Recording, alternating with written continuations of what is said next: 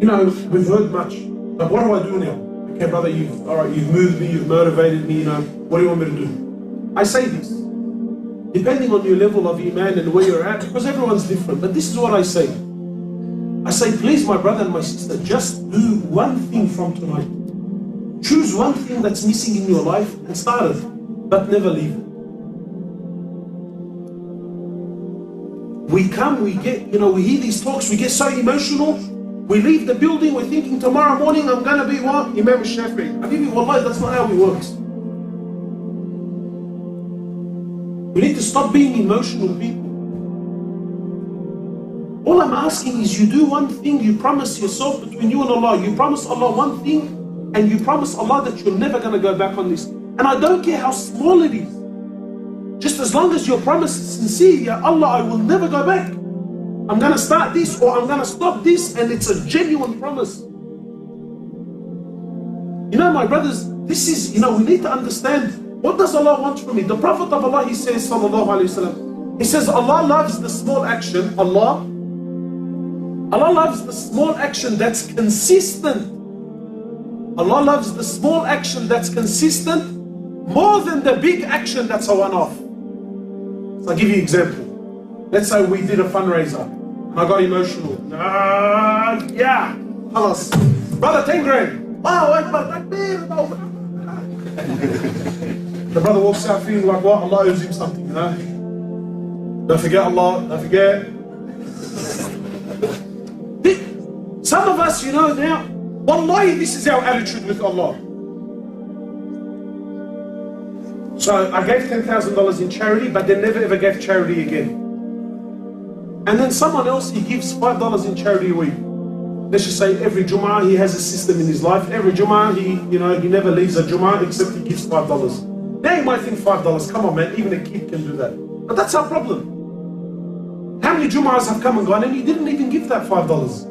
Yeah, I'm sure there's been other times where you did give something. But how many Jum'ahs passed you where you didn't give anything? So this brother, he gives $5 every Jum'ah and is consistent. And the brother ended up dying, and for many years he was giving the $5, but his $5, when you calculate it over the many years, didn't add up to the amount of my one-off 10,000. His money is more beloved in Allah's eyes than my money. Why? Because he was consistent on an action that he didn't stop. I was one-off. I got emotional, I gave the money never to be seen again. So whatever you do, I don't care whatever you do. Just make a promise, make a move. And promise Allah subhanahu wa ta'ala that, Ya Allah, as of tonight I'm going to stop this in my life. Or Ya Allah, I'm going to start this good deed in my life.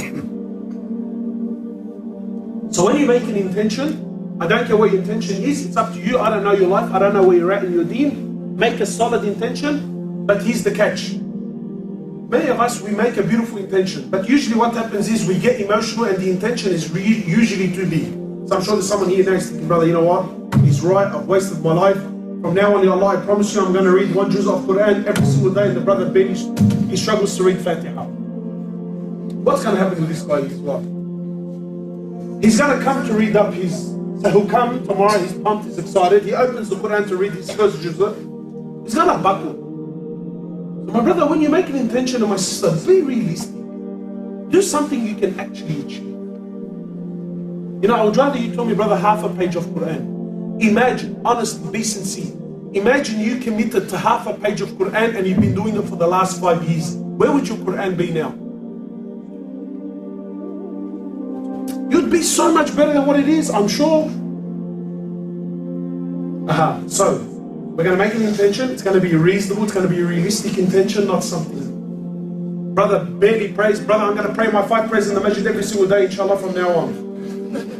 Brother, Allah, it's a nice intention, but just relax, guys. Please just sit down, take a chill pill, relax. You know, I'd rather you commit, you know, that look, inshallah, I know definitely that Isha, it clears my work, it clears all my schedules. I know Isha I can make no matter what. That's it, then promise Allah, Isha I will never miss. And what you need to do with your intention is, and this is the last thing that I want to mention, and this is the most important thing. With your intention, this is what you need to do. Because we're human beings, there's going to come a day where you don't read your half a page. There's going to come a day, natural man, there's going to come a day something happened, I couldn't pray my Isha. Now here's the part. We all make intentions, but none of us ever put a penalty to that. You're probably thinking, what do you mean penalty? What, like a parking fine? Yeah, pretty much like a parking fine. And I'll tell you why. You need to know who your enemy is, and that's shaitan, and you need to know how he works. So this is what I say to the brothers. Let's say you agree to do half a page of Quran a day. So with your wa'ad, with your promise, you say, Ya Allah, from this day forward, I'm going to read half a page of Quran.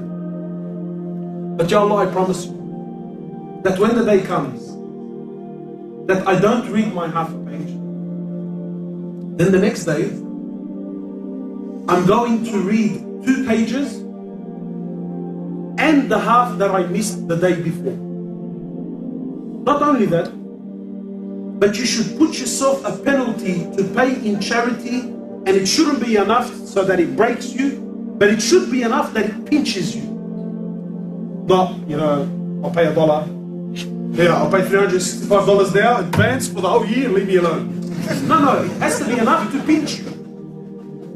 That, you know what? Man, I felt it. Wallahi, if you do this sincere, you know what's going to happen? If we make intentions like this, you know what will happen? When the day comes that you miss your half a page, and shaitan sees that the next day you actually read 2.5 pages, and you paid whatever amount of money it is in charity, you know what shaitan's going to do? The next time you come to miss your half a page, by Allah, he's going to tell you, brother, please you sit down, I'm going to bring the mushaf to you, inshallah. You can see here. He's going to bring the mushaf to you, he's going to open it for you, he's going to tell you, please, just read your half a page. Because if you don't, tomorrow you're going to cost me 2.5 pages and money in charity. I'm happy with the half a page. You need to outsmart. So this is my reminder, inshallah. I just want to ask very quickly, I want some of the brothers to share their intentions. Don't give me your life story, and don't give me advice for the community. Just, there's a brother here that's happy to share one of his intentions that he starts, inshallah, as of today. Not to expose, but rather, wallahi, to motivate one another, inshallah. Who's got an intention? Yusuf. 1 page? I believe half a page, but if you're good, if your Quran is good, then a page is very, very easy for those who their Quran is good. And how much is the penalty?